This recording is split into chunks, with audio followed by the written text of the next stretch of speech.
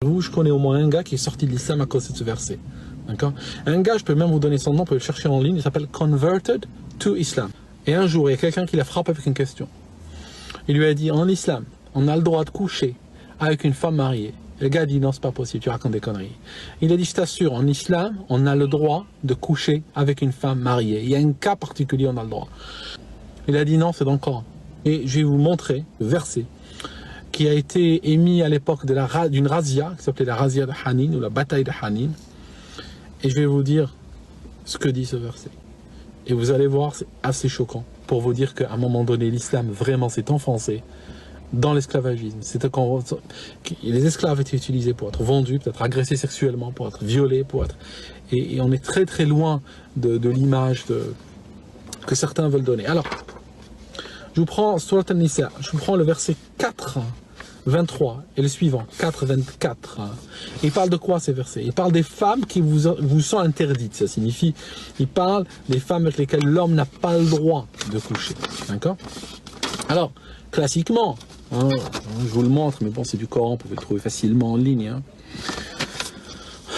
Vous sont interdites vos mères, vos filles, sœurs, tantes paternelles et tantes maternelles, filles d'un frère, d'une sœur.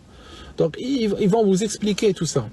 Et après, et parmi, donc on continue dans l'interdiction, vous sont interdits vos mères, filles, sœurs, tantes, etc.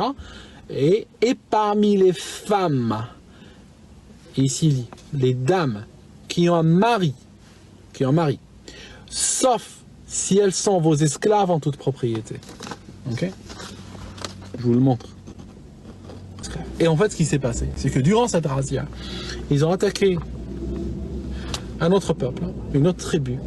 Avant, ils distribuaient les femmes qui étaient des jeunes filles. D'accord? Les femmes qui n'étaient pas mariées. Ils distribuaient les jeunes filles. Et les gars qui les avaient, soit couchés avec, hein, très détaillé, soit ils les vendaient sur les marchés, ils en tiraient un bénéfice. Et ce qui se passe, c'est que dans cette razzia, il y avait majoritairement des femmes mariées. Et qu'est-ce qui se passe? Ils ont distribué des femmes mariées. Et ils ne savaient pas quoi faire. Ils ont dit, ben, avec des femmes mariées, là, on fait quoi? Et là arrive ce verset. Donc Dieu, après avoir créé tout l'univers, après avoir créé toutes ces planètes, après avoir créé tout ça, qu'est-ce qu'il fait? Il regarde ces bédouins-là qui ont attaqué d'autres bédouins, qui leur ont pris leurs femmes, et qui dit, vous pouvez coucher avec, c'est pas grave. D'accord? Parfois, c'est des insultes à Dieu, hein, ce qui est écrit là-dedans. Vraiment, c'est... Moi, je crois en Dieu, vous savez. C'est vrai que des fois, je lis ça, je dis, putain. Comment une femme peut-elle avoir un permis de conduire alors qu'elle n'a qu'un demi-cerveau? Et quand elle va faire du shopping, elle utilise déjà la moitié de ce demi-cerveau. Qu'est-ce qui lui reste alors? Que reste-t-il? Un quart de cerveau? Même le grand moufti, le leader religieux du pays défenseur d'un islam rigoriste, est intervenu dans le débat. Si on laisse conduire les femmes, ça ouvrira les portes du mal. Pourquoi? Point d'interrogation. Aujourd'hui aussi, c'est un autre jour. Le monde part en couille. Non.